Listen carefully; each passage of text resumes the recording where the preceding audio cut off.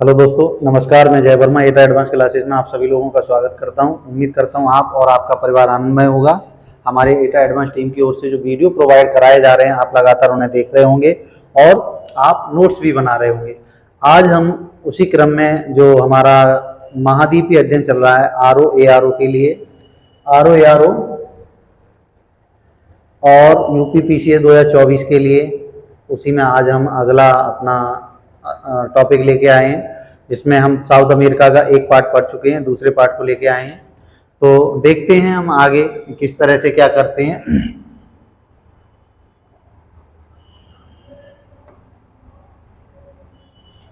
देखो, महाद्वीपीय अध्ययन में हम लोगों ने क्या कर लिया है, हम लोग इस अमेरिका महाद्वीप में कहाँ कहाँ तक स्टडी कर चुके हैं और क्या क्या इसमें स्टडी कर चुके हैं। तो सबसे पहले हम लास्ट हमने थोड़ा पढ़ा था, उसके बारे में आपको हम थोड़ा सा बताएंगे, तब आगे बढ़ेंगे। तो ये हमें हमारा अमेरिका महाद्वीप का जो दक्षिणी अमेरिका महाद्वीप है, उसका जो पार्ट हमने क्लियर किया है पहले नंबर, तो उसके बारे में देखते हैं। हमने देखा था सबसे पहले कि दक्षिणी अमेरिका महाद्वीप में कुल देशों की संख्या कितनी है। कुल देशों की संख्या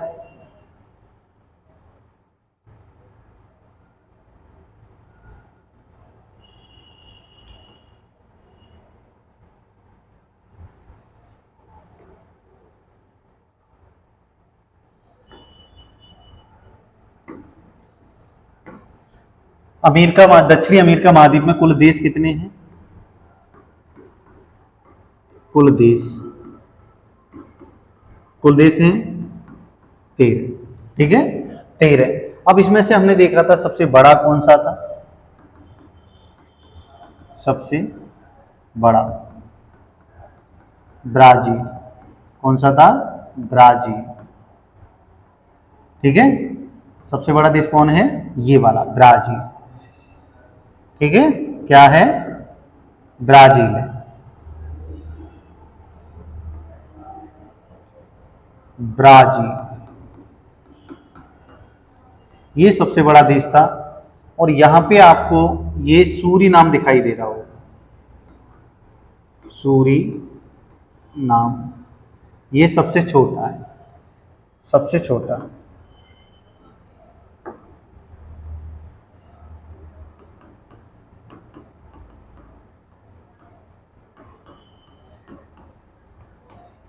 सूरीनाम, सूरीनाम। तो देखो, यहां तक हम थोड़ा पढ़ चुके हैं इसके बारे में। और यहाँ पे लास्ट जो हमने छोड़ा था, वो छोड़ा था जो हमारा किसकी, ये जो बोलीविया है, बोलीविया। ठीक है, ये कौन सा देश है? बोलीविया। ये बोलीविया, इसकी राजधानी है लापाज। क्या है इसकी राजधानी? लापाज। ये बोलीविया के पठार पर ही, जो बोलीविया का पठार है, वो एक काफी ऊंचाई पर स्थित है। तो काफी ऊंचाई पर स्थित होने के कारण ये लापाज भी काफी ऊंचाई पर स्थित राजधानी है। लेकिन ऐसा भी बताया जाता है कि ये संसार की सबसे ऊंचाई पर स्थित राजधानी है। कौन सी? बोलीविया की राजधानी लापाज संसार की सबसे ऊंचाई पर स्थित है। लेकिन कुछ ऐसा भी मानना है कि जो हमारी इक्वेडोर की राजधानी है, ये इक्वेडोर है, इक्वेडोर की राजधानी है क्विटो। क्या है? क्विटो। ये दुनिया की सबसे ऊंची राजधानी है। ऐसा भी माना जाता है कि इक्वेडोर की राजधानी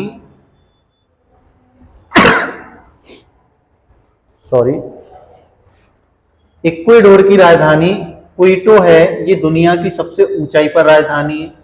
ठीक, तो वास्तव में इक्वेडोर की राजधानी क्विटो है, वही दुनिया की सबसे ऊंचाई पर स्थित है।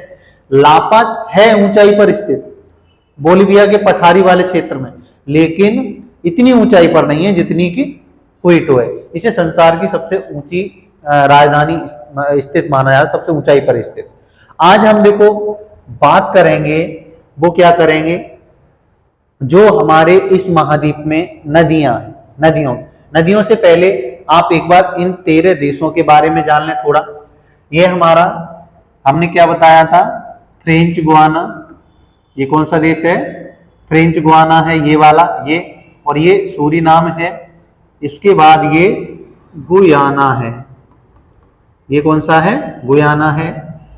वेनेजुएला, ये वाला देश कौन सा है, वेनेजुएला, वेनेजुएला है। इसके बाद ये कोलंबिया है, कोलंबिया, ठीक है, इक्वेडोर, और ये पेरू है, पेरू।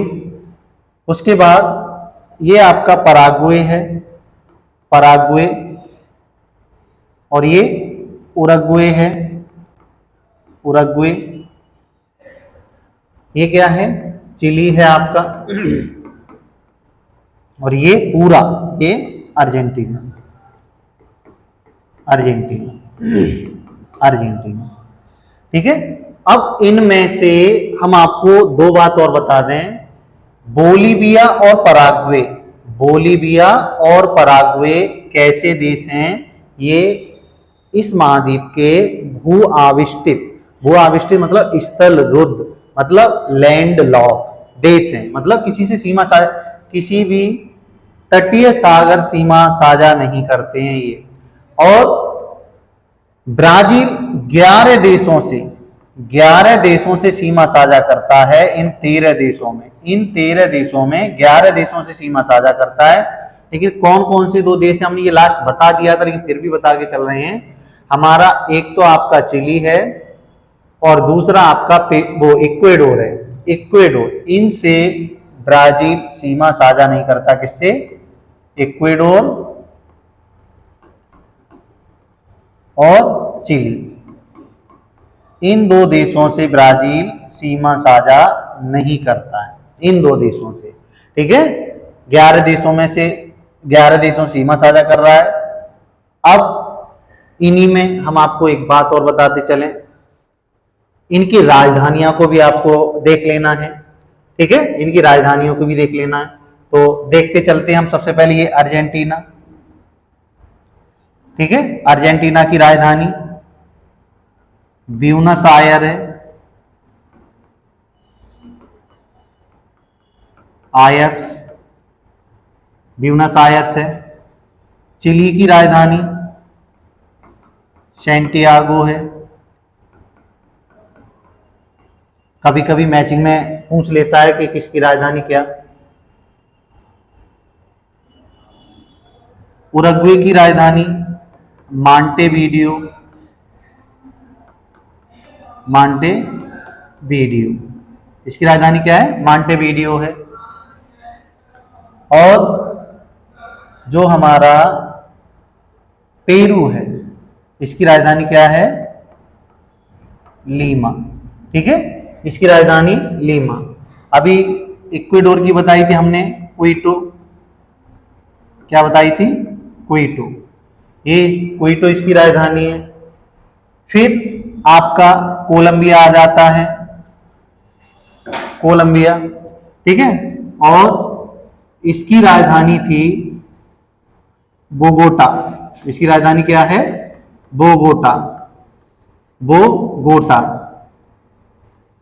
और ये वेनेजुएला आ जाता है, वेनेजुएला की राजधानी क्या है, काराकस या कराकस, काराकस, ठीक। ये फ्रेंच गुयाना है, इसकी राजधानी है केयन, केयन, ठीक है, क्या है इसकी राजधानी, केयन है। और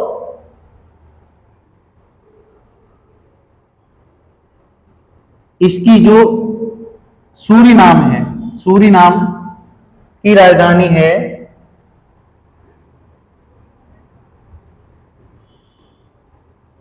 मारिबो, मेंटा मारिबो, मारिबो,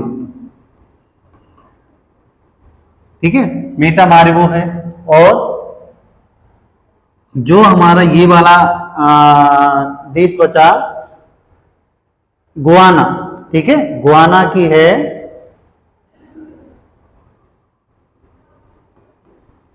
टाउन जॉर्ज, जॉर्ज, ठीक है, टाउन जॉर्ज है।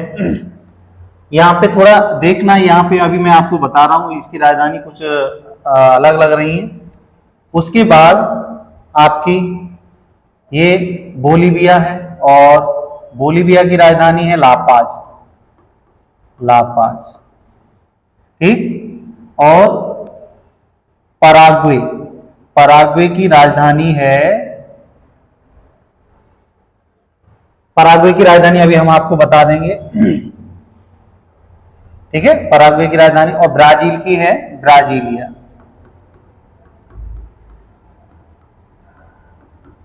ब्राजीलिया, ठीक है, ब्राजीलिया। तो ये इसकी राजधानियां, कभी कभी राजधानियां पूछ भी लेते हैं, ठीक है। पराग्वे की राजधानी अभी याद आ जाएगी तब हम आपको बता देंगे। अब हम जो बात करेंगे, ये तो सारा क्षेत्र हो गया। हमने दो क्षेत्र इसके भौतिक विभाजनों को बांटा था, पश्चिमी तटीय मैदान, फिर एंडी पर्वत श्रेणी, फिर मध्यवर्ती मैदान, फिर हमारा जो लास्ट था वो क्या था, ब्राजील का पठार या पूर्वी उच्च भूमि, ठीक है, ब्राजील का पठार, पूर्वी उच्च भूमि।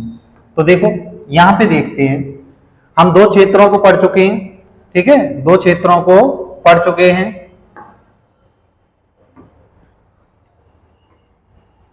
कौन कौन से, एक तो हम पश्चिमी तटीय प्रदेश पढ़ चुके हैं, पश्चिमी तटीय प्रदेश, ये अटाकामा मरुस्थल वाला क्षेत्र ये पढ़ चुके हैं। दूसरा एंडीज पर्वत को पढ़ चुके हैं, एंडीज पर्वत को पढ़ चुके हैं। आज तीसरा जो रहेगा वो रहेगा ये वाला क्षेत्र, कौन सा, पूर्वी उच्च भूमि, पूर्वी उच्च भूमि, या इसी को कहते हैं ब्राजीलियाई पठार, ब्राजीलियाई पठार, ठीक है, ब्राजीलियाई पठार। और ये तो ब्राजील का पठार हो जाएगा, ब्राजील वाला क्षेत्र, लेकिन यहाँ पे मैदानी भाग भी है। यहाँ पे इसको देखते हैं, ये हमने आपको बताया था लास्ट,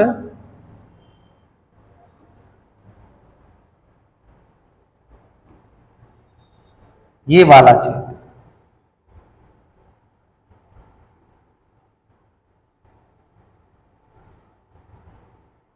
ये एंडीज पर्वत श्रेणी का भाग है, ये वाला क्षेत्र एंडीज पर्वत का है। और ये जो क्षेत्र है, ये वाला क्षेत्र,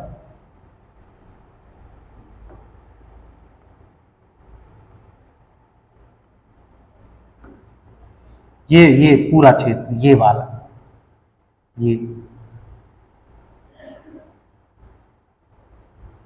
ये जो क्षेत्र है ये वाला, ये हमारा कौन सा है, ब्राजील का पठार।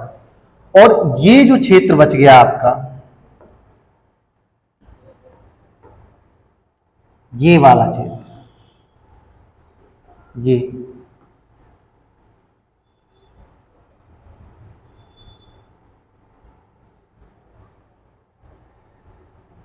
ये जो क्षेत्र बचा आपका, ये पूरा, ये मैदानी भाग है, ये मैदानी भाग है। अब कैसे है, देखो मैदानी भाग का निर्माण कैसे हुआ है, मैदानी भाग का निर्माण हुआ है वो ऐसे हुआ है, कभी तो इस पठारी भाग की नदियां इधर आई हैं, इस पठारी भाग की नदियां इधर आई हैं, ठीक है, इस पठारी भाग की, कभी यहां से छोटी छोटी नदियां निकली हैं, तो इन नदियों के साथ गाद आई है, क्या आई है, गाद, गाद बोले तो कुछ अपशिष्ट पदार्थ या निक्षेपण आए, ठीक है, निक्षेपण नदियां अपने साथ कुछ गाद बहा कर लाई हैं या निक्षेपण बहा कर लाई हैं, और इस क्षेत्र में उन्होंने बिछा दी। इससे क्या हो गया, ये क्षेत्र थोड़ा मैदान टाइप का हो गया, ठीक है, मैदानी टाइप का हो गया। तो अब इसी में हम मैदान वाले क्षेत्र को तो बस इतना ही देखेंगे कि यहाँ नदियों द्वारा गाद लाने से इसका निर्माण हुआ है। अब हम एक एक क्षेत्र की बात करेंगे, वो इन देशों की बात करेंगे कि यहाँ विशेषता क्या है और कौन से खनिज हैं, कौन सी खेती की जाती है। उससे पहले भी हम आपको इस महाद्वीप में जो दक्षिणी अमेरिका है उसमें नदियों के बारे में कुछ बात करते हैं। तो सबसे पहले हम इसमें देखेंगे जो हमारी ऑरनिको नदी है, 4-5 नदियों को पढ़ेंगे। जैसे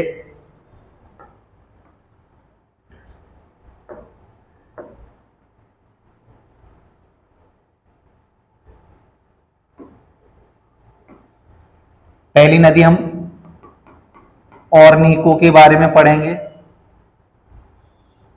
ऑरनिको नदी के बारे में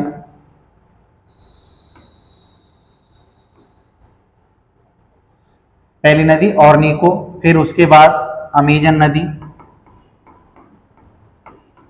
नदी के बारे में, फिर आपका ये जो रहेगी साओ फ्रांसिस्को नदी के बारे में, फिर कोलोराडो नदी।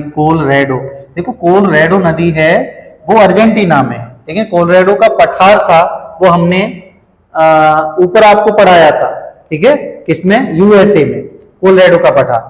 तो ऑरनिको नदी की अगर हम बात करें तो देखिए ऑरनिको नदी है वो एंडीज पर्वत, जो एंडीज पर्वत श्रेणी है ये वाला क्षेत्र वेनेजुएला का, ठीक है, ये वाला पर्वतीय क्षेत्र है, यहां से निकलती है।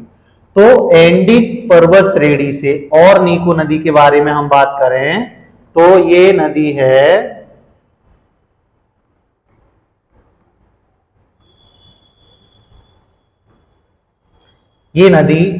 वेनेजुएला से निकलती है, एंडीज पर्वत श्रेणी से, और ये क्या करती है, सॉरी, कोलंबिया से निकलती है और वेनेजुएला में बहती हुई ये बोले तो उत्तरी अटलांटिक महासागर या कैरिबियन सागर में जाकर गिर जाती है, ठीक है, खास करके बोलेंगे तो उत्तरी अटलांटिक महासागर है उसमें जाकर गिर जाती है। तो देखो ये नदी कहां से निकली है, कौन सी है ये नदी, ऑरनिको नदी,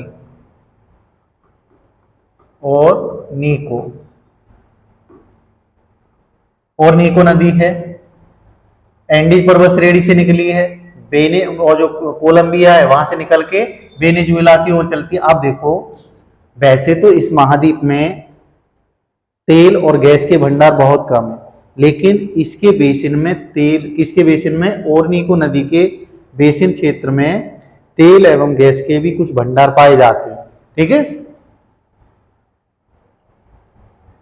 अब इसकी जो बेसिन क्षेत्र है, बेसिन क्षेत्र का मतलब आप समझ ही रहे हैं कि इसका जो वेनेजुएला में बेसिन क्षेत्र है वो उष्णकटिबंधीय जलवायु क्षेत्र में आता है, और इस उष्णकटिबंधीय क्षेत्र जलवायु क्षेत्र में जो घास के मैदान पाए जाते हैं उन्हें क्या कहते हैं, उन्हें लानोज कहते हैं। यहाँ वेनेजुएला में जो इसके बेसिन में घास के मैदान है उष्णकटिबंधीय, उन्हें क्या कहते हैं, लानोस घास के मैदान पाए जाते हैं, ठीक है, लानोस घास के क्षेत्र पाए जाते हैं। अब देखो ये आपकी पहली ऑरनिको नदी है, ठीक है, ऑरनिको नदी है, कहां से निकली है, कोलंबिया में एंडीज पर्वत श्रेणी से निकलकर उत्तर की ओर बही है, और वेनेजुएला में इसके बेसिन क्षेत्र में जो घास के उष्णकटिबंधीय घास के मैदान है उन्हें लानोस नाम दिया है, और यहाँ पर इसी बेसिन क्षेत्र में कहीं कहीं तेल और गैस के भी क्षेत्र पाए जाते हैं, और ये अपना मुहाना कहाँ बनाती है, उत्तरी अटलांटिक महासागर में। ये क्या है, उत्तरी अटलांटिक महासागर। उसके बाद हम आपसे दूसरी नदी अमेजन की बात करेंगे। ये इस महाद्वीप की नहीं, संपूर्ण विश्व की बहुत प्रमुख नदी है। इसकी प्रमुखता के कारण कि इसका जो अपवाह क्षेत्र है, इसका जो जलग्रहण क्षेत्र है वो दुनिया में सबसे बड़ा है, सबसे बड़ा इसका बेसिन क्षेत्र है। बेसिन का मतलब जो ये जल प्रवाह करती है वो बहुत बड़े क्षेत्र में करती है। इसके जल प्रवाह के कारण यहाँ पे इतने घने सदाहरित वन हैं, बहुत अच्छे वाले वन, मतलब बहुत भयानक वाले वन बोले तो घने वन है, ठीक है। और इन्हीं घने वनों के चलते इन वनों को जो अमेजन, इसी के नाम पर अमेजन वन नाम, नदी के नाम पर अमेजन वन नाम दिया गया है। इन्हें सेलवास भी कहते हैं, अब सेलवास नाम से भी जाना जाता है। इन्हें पृथ्वी का फेफड़ा के नाम से भी जाना जाता है, पृथ्वी के फेफड़े वन, ये इन्हीं को कहा जाता है। दूसरा, यहाँ फेफड़ा क्यों कहते हैं, क्योंकि यहाँ ऑक्सीजन, जैव विविधता से भरपूर चीजें हैं, ठीक है, जैव विविधता भरपूर है, ऑक्सीजन सब 20% से अधिक यहीं से प्राप्त होती है, इन्हीं वनों से प्राप्त होती है। कार्बन डाइऑक्साइड का अवशोषण करते हैं, इसीलिए इनको पृथ्वी का फेफड़ा वन भी कहते हैं। अब इस नदी की बात करें तो ये नदी वास्तव में पेरू वाले क्षेत्र से निकलकर इस तरह से बहती है, ठीक है, पेरू वाले क्षेत्र से निकलकर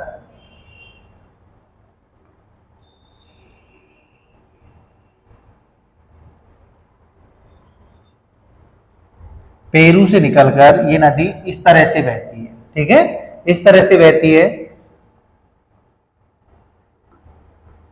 ठीक। तो ये निकली कहां से, एंडीज पर्वत श्रेणी में पेरू से निकली है। एंडीज पर्वत श्रेणी है, इसकी भी, ऑर्निको की भी और अमेजन की भी। तो इसका अब ये कौन कौन से दो देशों, वो देखो ऑर्निको भी दो देशों में बह रही थी, किस किस में, कोलंबिया में और वेनेजुएला। वैसे ही हमारी अमेजन नदी भी दो देशों में बहती है। कौन कौन सा, एक तो पेरू है, दूसरा ब्राजील। तो इस नदी का जो अपवाह क्षेत्र है, जलग्रहण क्षेत्र है, वो दुनिया का सबसे बड़ा जलग्रहण क्षेत्र है। बोले तो ये दुनिया की नील नदी के बाद दूसरी सबसे लंबी नदी और दुनिया की सबसे बड़ी नदी। लंबी और बड़ी नदी में यही अंतर होता है कि जिसका प्रवाह क्षेत्र, बहने का जो एरिया है वो काफी बड़ा होता है, ठीक है, उसे हम बड़ी नदी कहते हैं, काफी अधिक चौड़ा उसे बड़ी नदी कहते हैं, और जो लंबाई के अकॉर्डिंग होती है उसे हम लंबी नदी कहते हैं। तो नील नदी के बाद अमेजन दुनिया की दूसरी सबसे लंबी नदी है और दुनिया की पहली सबसे बड़ी नदी है, ठीक है, दुनिया की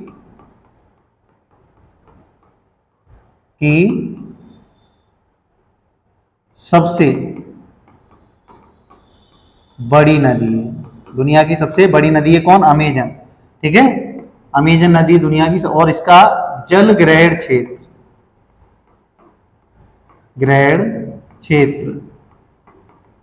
दुनिया में सबसे बड़ा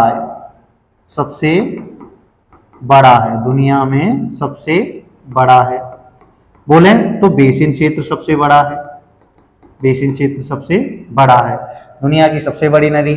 और बोले तो ये नील नदी के बाद, नील नदी दक्षिण अफ्रीका में, अफ्रीका महाद्वीप में बहती है, वो दुनिया की सबसे लंबी नदी है। नील नदी के बाद ये विश्व की दूसरी सबसे लंबी नदी है, सबसे लंबी नदी, दूसरी सबसे लंबी नदी, ठीक। तो इसके बारे में ये पॉइंट रखना यार। अब देखो यहीं पे मैं आपको बात करूं, ये इसको हटाते हैं थोड़ा, इधर समझाएंगे आपको।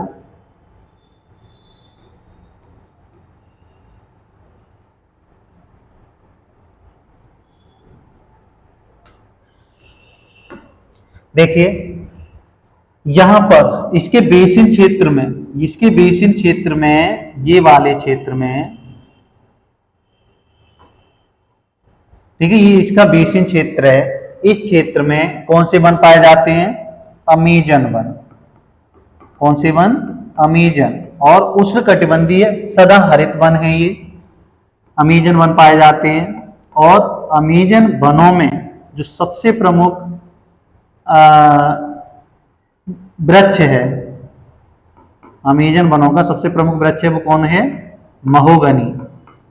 महोगनी, ये सबसे प्रमुख है। अब अमेजन वनों को क्या और क्या संज्ञा दी जाती है, पृथ्वी का फेफड़ा,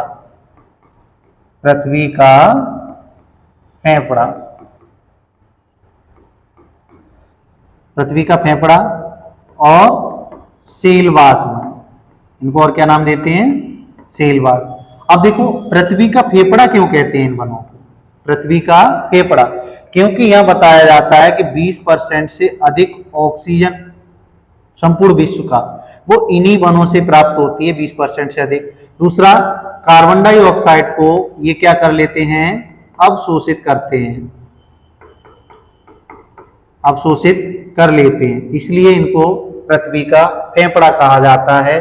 तो ध्यान रखना आप कि पेरू में जो एंडीज पर्वत है वहां से ये नदी निकलती है ब्राजील होते हुए, और ये कहां पे गिर जाती है, अटलांटिक महासागर में, उत्तरी वाले अटलांटिक महासागर में ये गिरती है। ठीक है, अब देखिए ये आपका अमेजन नदी के बारे में हो गया। अब इस अमेजन नदी में ही जो भयानक जीव पाया जाता है जिसे एनाकोंडा कहते हैं। ठीक है, भयानक जो सांप होता है एनाकोंडा के नाम से, ठीक है, एनाकोंडा सांप भी इसी में पाया जाता है, इन्हीं वनों में पाया जाता है। ठीक है, ये आपके दूसरी नदी आपकी अमेजन नदी थी। यहीं पर अब हम एक नदी की और बात करेंगे, वो तीसरे नंबर की नदी थी जो हमने अभी आपको बताई थी। वो नदी इस तरह से निकलकर इस तरह से जाती है, जिसे साओ फ्रांसिस्को नदी कहते हैं। इसे क्या नाम देते हैं, साओ फ्रांसिस्को नदी। ठीक है, इसे क्या नाम दिया है, साओ फ्रांसिस्को नदी नाम दिया है। तो देखें, साओ फ्रांसिस्को नदी जो ऐसी नदी है जो ब्राजील के पूर्वी भाग पर उत्तर से दक्षिण की ओर बहती है, और इस नदी को राष्ट्रीय एकता का प्रतीक भी माना जाता है। इस साओ फ्रांसिस्को नदी है वो क्या करती है, इस तरह से यहां से निकलकर इस तरह से बहती है, और यहां अत्यधिक शांति होने के कारण, ठीक है, इसे हम क्या नाम देते हैं, राष्ट्रीय एकता की नदी भी कहते हैं। किसको, साओ फ्रांसिस्को को राष्ट्रीय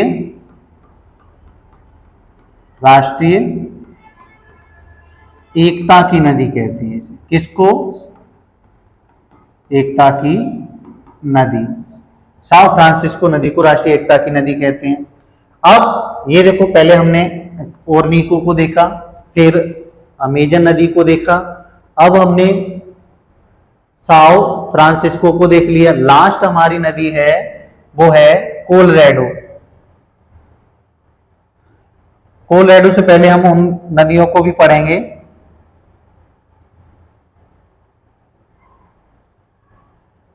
जो यही ब्राजील से यहां से इस तरह से निकलती हैं, 3 नदियां। वो कौन कौन सी नदियां हैं, पहली पराना नदी है, पराग्वे है, और फिर उरुग्वे है। ये पराना,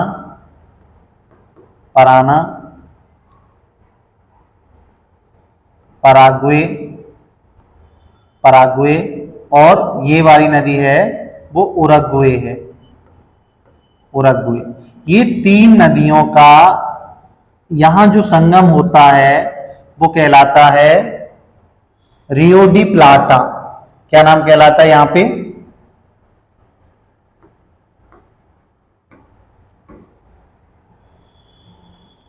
ये राष्ट्रीय एकता की नदी आपने लिख ली होगी। यहां पे देखो, ये पराना नदी है, पराना, पराग्वे और उरुग्वे। ये तीनों नदियों का ये जो क्षेत्र है वो यहाँ पे ये मुहाना बनाती हैं। ठीक है, अर्जेंटीना में वो जगह क्या कहलाती है, अर्जेंटीना और उरुग्वे। ठीक है, इसके पास में ये अपना मुहाना बनाती हैं यहाँ पे। तो इनको नाम दिया जाता है इस क्षेत्र को रियो डी प्लाटा। क्या नाम दिया जाता है, रियो डी प्लाटा, इस क्षेत्र को नाम दिया जाता है। ठीक है, रियो डी प्लाटा इस क्षेत्र को नाम दिया जाता है। तो इन तीनों नदियों का जो क्षेत्र है उसे रियो डी प्लाटा के नाम से जाना जाता है। कोलोराडो की नदी है वो अर्जेंटीना से निकलती है, ठीक है, अर्जेंटीना से निकलती है और इसके आसपास का क्षेत्र है वो ग्रान चाको का क्षेत्र कहलाता है। ग्रान चाको का क्षेत्र, और ग्रान चाको का क्षेत्र है वो कपास के लिए अर्जेंटीना में प्रसिद्ध है। किसके लिए? कपास के लिए अर्जेंटीना में प्रसिद्ध है। तो देखो ये हमारी नदियों से संबंधित, उस दिन हमने आपको इसका पेंटागोनिया का पठार गलत इंडिकेट कर दिया था, यहां कर दिया। पेंटागोनिया का पठार इस वाले क्षेत्र में है, ठीक है, और पेंटागोनिया पठार से ही हमारी कोलोराडो नदी निकलती है। तो पेंटागोनिया का पठार ये कैसा पठार था हमने बताया था उस दिन? पेंटागोनिया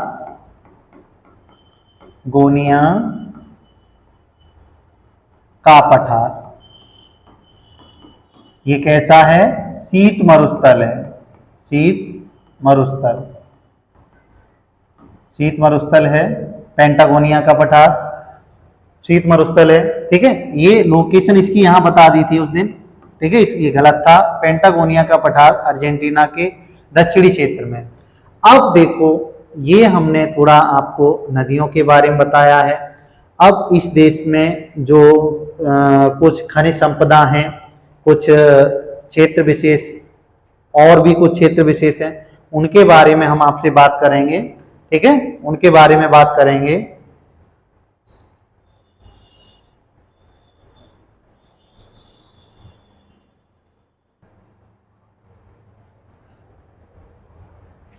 तो ये नदियां आपके समझ में आई होंगी, ठीक है।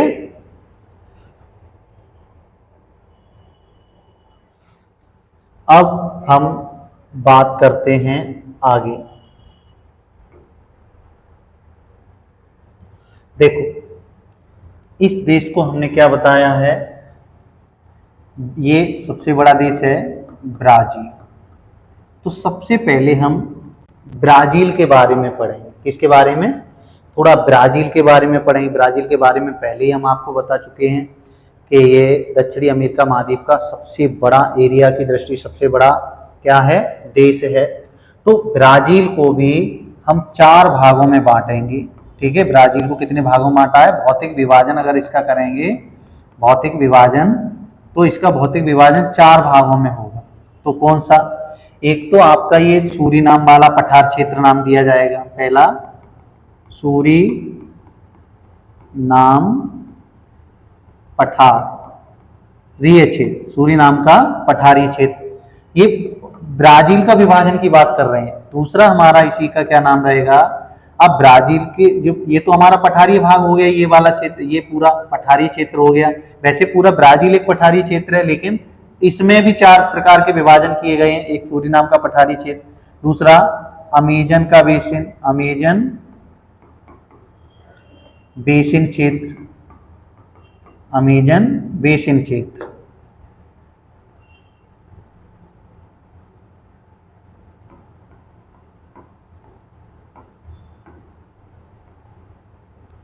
अमेजन बेसिन क्षेत्र, ये कौन सा दिया गया? अमेजन बेसिन क्षेत्र नाम दिया गया है।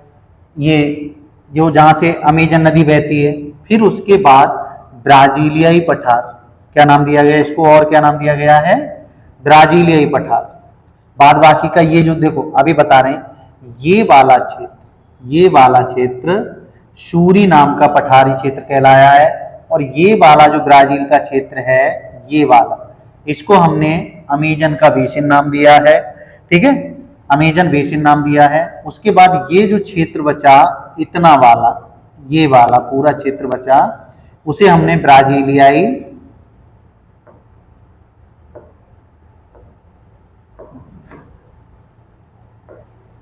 इसे हमने ब्राजीलियाई पठार इसे भी नाम दिया है। उसके बाद ये जो आपको क्षेत्र दिख रहा है, ये वाला,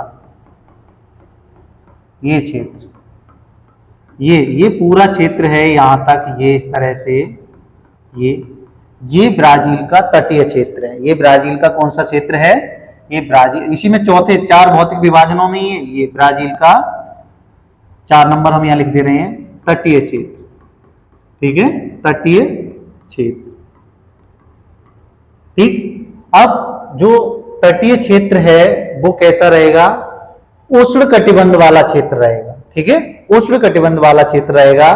और अगर हम बात करें किसकी, पहले सूरीनाम वाले जो पठारीय क्षेत्र है, इस पठारीय क्षेत्र की बात करें तो इस पठारीय क्षेत्र को और किस नाम से जानते हैं, इस वाले सूरीनाम का जो पठारीय क्षेत्र है इसे हम सिटराव के नाम से भी जानते हैं। किसके नाम से, सिटराव या अकाल का बहुभुज, सिटराव। इस सूरीनाम वाले इस वाले क्षेत्र को सूरीनाम का जो पठारीय क्षेत्र है, इस वाले क्षेत्र की मैं बात कर रहा हूं, इसे हम सिटराव का मैदान क्षेत्र या अकाल, सूखे के अकाल का बहुभुज, इसे और किस नाम से जानते हैं, सूखे के अकाल का बहुभुज, इस नाम से भी जानते हैं। किसको, जो सूरीनाम वाला पठारीय क्षेत्र है। अब सूरीनाम के पठारीय क्षेत्र में अमेजन बेसिन को हम बहुत अच्छे से अभी आपको बताया था, अमेजन नदी बहती है, उसमें कौन कौन से वन क्या किस तरह से क्या, ठीक है, तो उसको हम पढ़ चुके हैं, उसको हम क्या कर चुके हैं, पढ़ चुके हैं। ये जो क्षेत्र है, ये जो मध्यवर्ती जो ब्राजीलियाई पठारीय क्षेत्र है, ये वाला, ठीक है,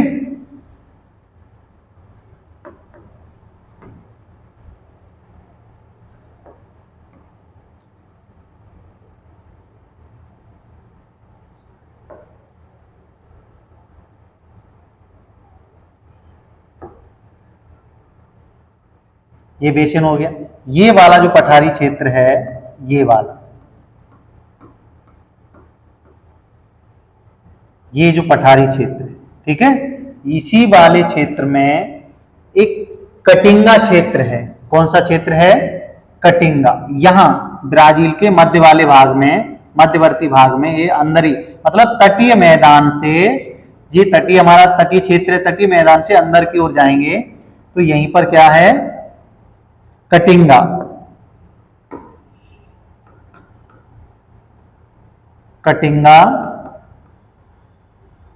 कटिंगा क्षेत्र, जो किसके लिए प्रसिद्ध है, झाड़ियों के लिए। झाड़ियां पाई जाती हैं यहाँ कटिंगा क्षेत्र पर, क्या पाई जाती हैं, झाड़ियां पाई जाती हैं, ठीक है, कटिंगा क्षेत्र पर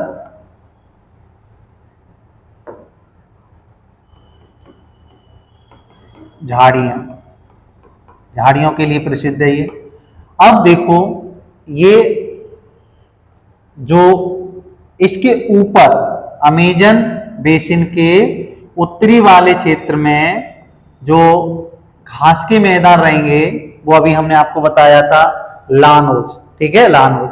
उसके बाद जो दक्षिण में, इसके दक्षिणी क्षेत्र में रहेंगे ये वाले, ये तो सवाना क्षेत्र है दोनों तरफ, अमेजन बेसिन के दोनों तरफ ये सवाना क्षेत्र है, सवाना, ये वाला ये सवाना क्षेत्र है, ठीक है, सवाना क्षेत्र है। लेकिन उसके ऊपर सवाना क्षेत्र के उत्तर में लानोज घास के मैदान होंगे, और सवाना क्षेत्र के नीचे दक्षिण में वो जो सवाना घास के मैदान होंगे उन्हें हम कैंपोज, ठीक है, कैंपोज नाम देंगे।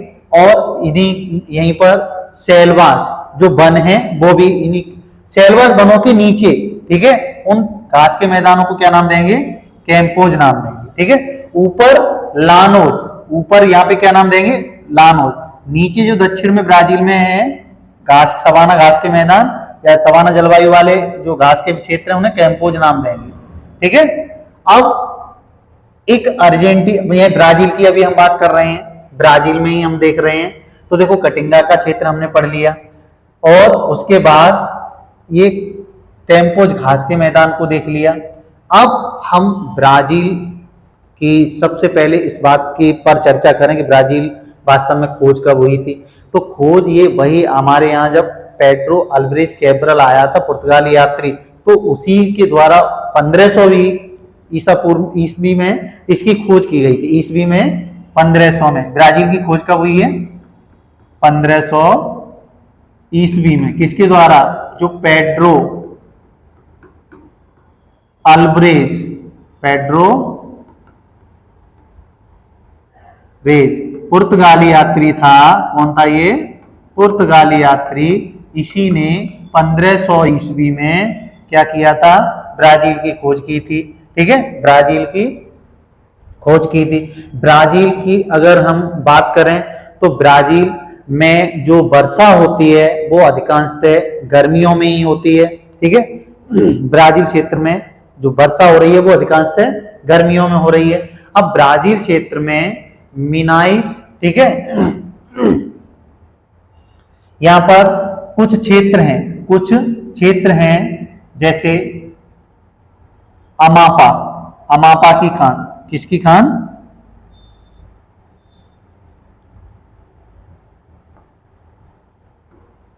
तो इसकी खोज आपको ये पेड्रो अल्वेज कैब्रल द्वारा। अब यहां पे हम कुछ खनिज संपदा की बात करें। किसकी? खनिज संपदा की बात करें तो देखो, हमारा जो ब्राजील है, ब्राजील के कुछ क्षेत्र जैसे मिनास और गराइज, ठीक है, मिनास और गराइज करके, कौन सा? मिनास और ये दो क्षेत्र हैं ब्राजील में, वो किसके लिए प्रसिद्ध हैं? लौह के लिए।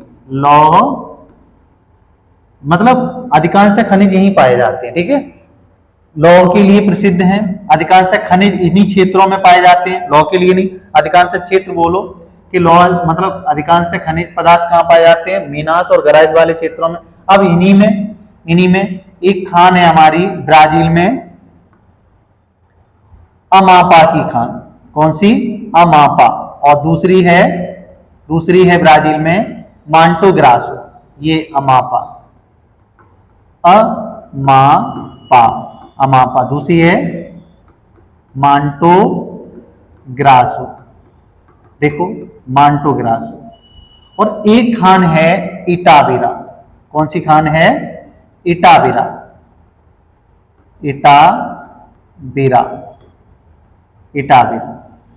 ये अमापा की खान है, वो दुनिया की, ऐसा माना जाता है ये दुनिया की सबसे बड़ी बॉक्साइट खान है। दुनिया की सबसे बड़ी बॉक्साइट खान है, दुनिया की सबसे बड़ी। और मांटो ग्रासे है वो ब्राजील में मैगजीन की, किसकी? मैग्नीज की। मैग्नीज की खान है। थोड़ा साफ नहीं हुआ, इसको बाद में लिख लेंगे। ये जो खान है ये वाली मांटो ग्रासो, ठीक है, ये किसके लिए है? ये मैग्नीज की खान है। सॉरी, मुंह से निकल गया था, मैग्नीज की खान। क्या ये सबसे बड़ी? नहीं, ये सबसे बड़ी नहीं। हाँ, खान है। एक इटाबिरा की खान और है। ठीक है, यहीं पर इटाबिरा। कौन सी खान है? इटाबिरा। और इटाबिरा की खान, ये क्वेश्चन आईएएस में पूछा गया है, आईएएस प्रीलियम्स में पूछा गया है ये क्वेश्चन। अमापा की खान वो पीसीएस हमारा प्रीलियम्स हुआ है उसमें पूछा गया है। और इटाबिरा की खान आईएएस में पूछा गया है कि इटाबिरा किसके लिए प्रसिद्ध है? तो इटाबिरा है वो लौह उत्पादन के लिए ब्राजील में प्रसिद्ध क्षेत्र है। लौह उत्पादन का ब्राजील में प्रसिद्ध क्षेत्र है। मांटो ग्रासो किसके लिए? मैग्नीज के लिए। कभी कभी ऐसे भी आ जाए, अमापा और मांटो ग्रासो दोनों ही किसके लिए रहती हैं? मैग्नीज के लिए रहती हैं, तो वो गलत नहीं होगा। लेकिन बॉक्साइट की सबसे बड़ी खान अमापा है। ठीक है, अब अगर हम बात करें इसी ब्राजील की, ब्राजील वाला ही जो क्षेत्र है रियो, ठीक है, एक क्षेत्र है रियो डी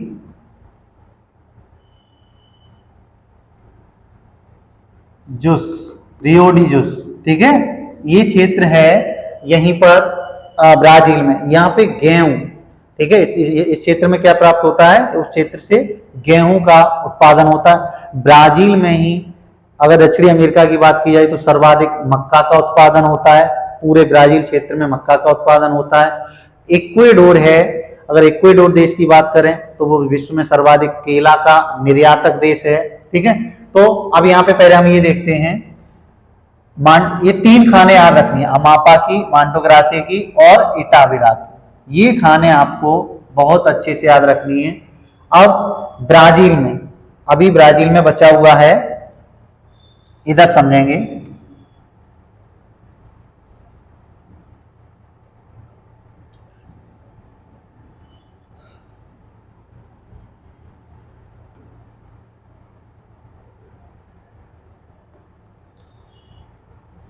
ब्राजील में एक शब्द और याद रखना, ब्राजील में ही किस किस का, जो हमारा कहवा है, फसलों की बात करें तो कहवा और रबड़, रबड़ के मूलभूत क्षेत्र कौन सा है, ये ब्राजील ही है।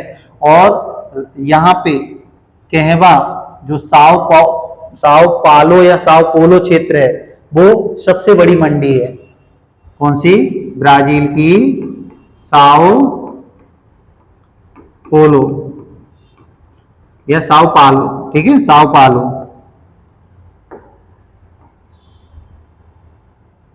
साओ पालो।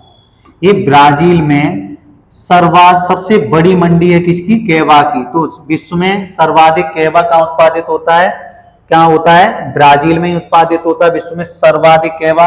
और सबसे बड़ी मंडी कौन सी है, साओ पालो, ये किसकी, कहवा की सबसे बड़ी मंडी है। अब सबसे अधिक उत्पादन होने के कारण ही इसे ब्राजील को कहवा का कटोरा क्षेत्र कहते हैं। क्या कहते हैं, कहवा का कटोरा क्षेत्र। और यहाँ जो कहवा के बागान हैं, कहवा के जो बागान हैं, उन्हें किस नाम से जाना जाता है, फजेंडा नाम से। किस नाम से, फजेंडा। ब्राजील में कहवा के बागानों को फजेंडा के नाम से जाना जाता है, ठीक है, फजेंडा के नाम से जाना जाता है, ध्यान रखना। और यहीं पर ब्राजील में ही जो रियो डी जनेरियो वाला क्षेत्र है, ब्राजील का रियो डी जनेरियो वाला क्षेत्र है, उस क्षेत्र में सूती वस्त्र का कार्यक्रम, मतलब सूती वस्त्र अधिक उत्पादित होते, मतलब सूत का काम ज्यादा होता है, ठीक है। कौन से क्षेत्र में, जो रियो डी जनेरियो वाला क्षेत्र है ब्राजील का, उस वाले क्षेत्र में। तो सूती वस्त्र कहां पे मिलेगा आपको, सूती वस्त्र रियो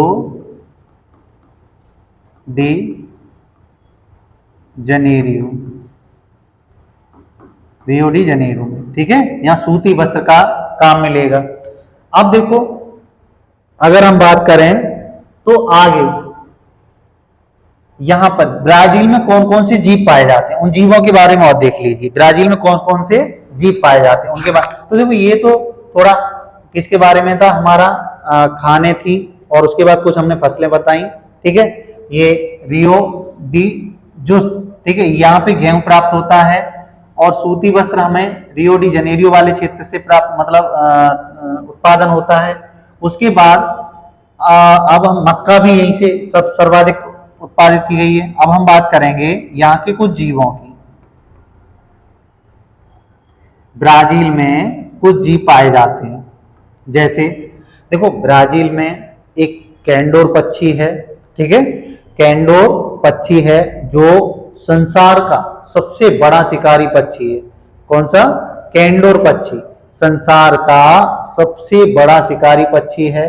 कैंडोर के बाद आपका यहीं पर रिया पक्षी भी पाया जाता है। रिया एक तरह से जो हमारा शुतुरमुर्ग होता है उसके आकार का होता है, ठीक है। और अर्माडेला भी यहीं पर पाए जाते हैं, जीव हैं ये अर्माडेला। एनाकोंडा मैंने बता ही दिया आपको। तो सबसे बड़ा शिकारी पक्षी कौन सा है, सबसे बड़ा शिकारी पक्षी यहाँ का क्या है? कैंडोर। क्या है? कैंडोर। अब ये आपको याद रखना है, ठीक है, कैंडोर है। उसके बाद यहाँ एक पक्षी हमिंग बर्ड, वैसे खास करके हमिंग बर्ड, हमिंग बर्ड और रिया पक्षी, रिया पक्षी, प्यूमा, प्यूमा, इन जीवों की विशेषता है किसमें? दक्षिणी अमेरिका महाद्वीप वाले क्षेत्र में या ब्राजील के क्षेत्र में, ठीक है।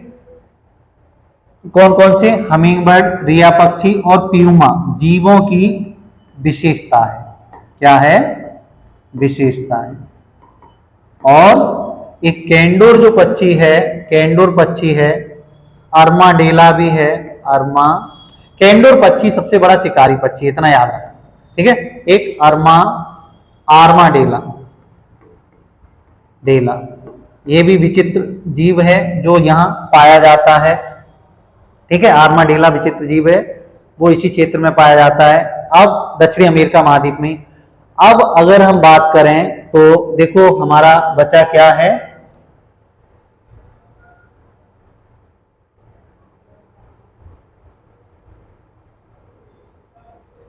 मेरे हिसाब से जितना आपके लायक था उतना शायद कंप्लीट करा दिया गया। एक चीज और यहाँ पे देख लीजिए, अगर मैं अभी देख रहा हूँ शायद कुछ चीजें छूटी हों नोट्स में।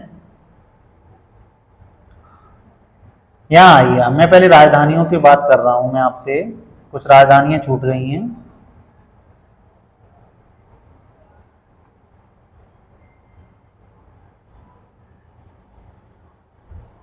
हाँ,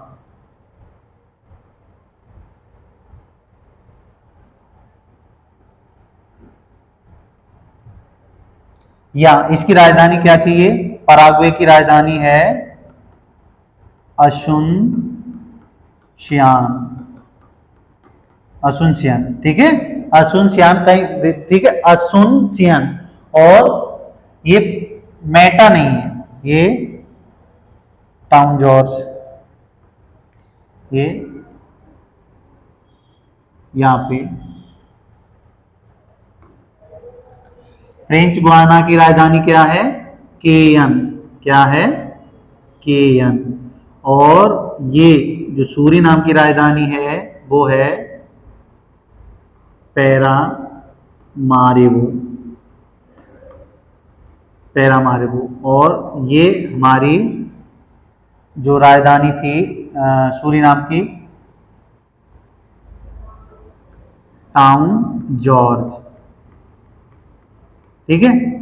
और ये असुनसियान राजधानी है, ठीक। तो ये हमारी राजधानियां, क्षेत्र, इसके बारे में हमने देख लिया। अब एक क्षेत्र और बचा है मेरे हिसाब से, उसके बाद फिर हम आपको अभी देख के दोबारा बताएंगे, ठीक है। एक क्षेत्र हमने आपको ये बताया था, यहां पे हमने देखा था इक्वेडोर के इस वाले क्षेत्र में एक द्वीप था हमारा, ये वाला जो द्वीप था वो कौन सा था? गैलोपैगास। कौन सा द्वीप था? गैलोपैगास, गैलोपैगास द्वीप था। वो द्वीप जैव विविधता से भरपूर है, ठीक है। ये द्वीप है गैलोपैगास, जैव विविधता से परिपूर्ण है, मतलब जैव विविधता बहुत अधिक पाई जाती है, परिपूर्ण है। दूसरी इसकी विशेषता क्या थी? यहां पे विषुवत रेखा पर स्थित है, ठीक है। तीसरी विशेषता यहां की क्या थी कि यहां पे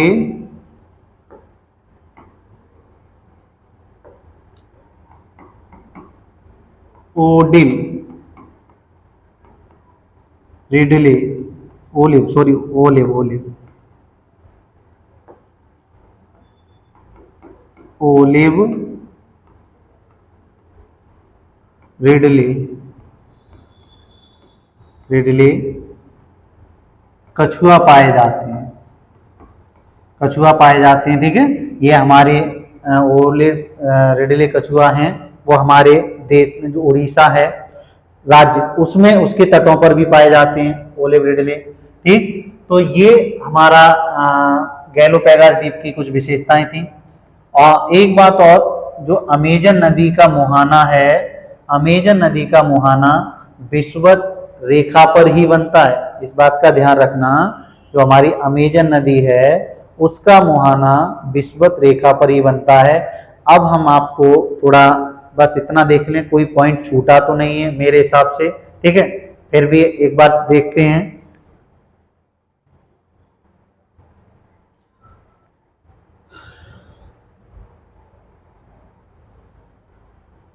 देखो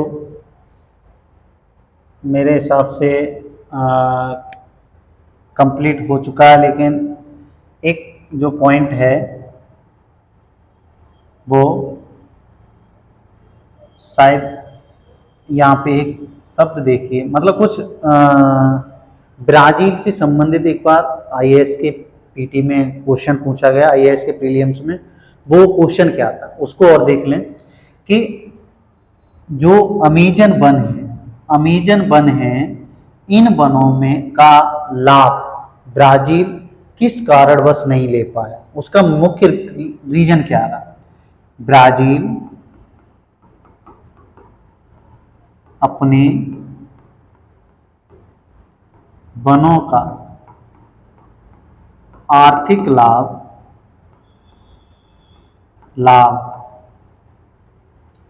आर्थिक लाभ किन कारणों की वश नहीं ले पाया। ऐसी क्या स्थितियां हैं जिन कारणवश आर्थिक लाभ नहीं ले पाता ब्राजील। पहली स्थिति क्या है, यहाँ पर वनों की सघनता, क्या है, वनों की सघनता, ठीक है, बहुत घने वन हैं। दूसरा दलदली भूमि है, दलदली भूमि है, दलदली भूमि है, वनों की सघनता, दलदली भूमि है। अस्वास्थ्यकार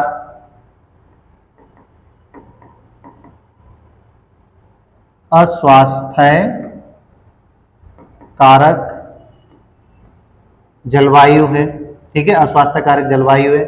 चौथा जो पॉइंट है वो है परिवहन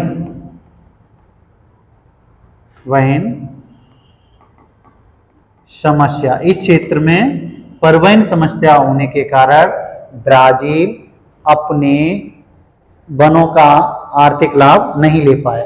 एक दो पॉइंट और है बस, इसके बाद देखते हैं। ये आपको बता दूं, ये वाले यहाँ जो ब्राजील में, वो सॉरी अर्जेंटीना में घास के मैदान, उनको हम क्या नाम देते हैं, ये शायद बताया नहीं है, पंपास। इनको क्या नाम देते हैं, पंपास घास का क्षेत्र नाम देते हैं।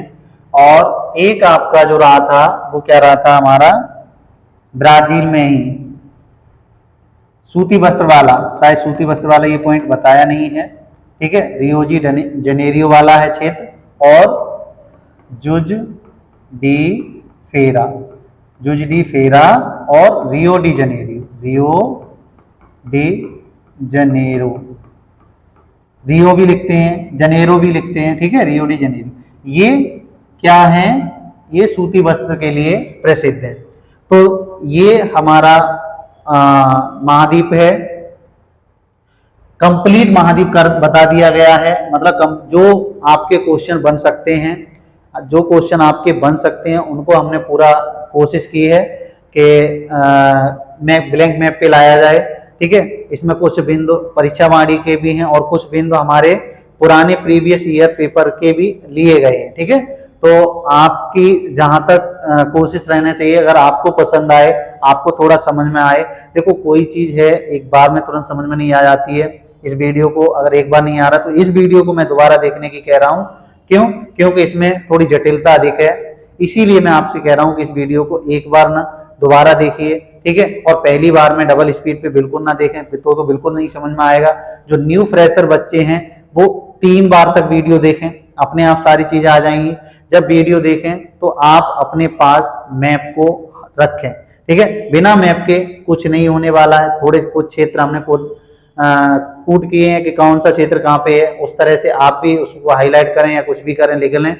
ठीक, तो ये हमारा आज दक्षिणी अमेरिका महाद्वीप का दूसरा पार्ट भी कंप्लीट हुआ, और इसी के साथ पूरा दक्षिणी अमेरिका महाद्वीप जहां क्वेश्चन बनने की संभावना है उसको भी कंप्लीट कर लिया है हमने। अब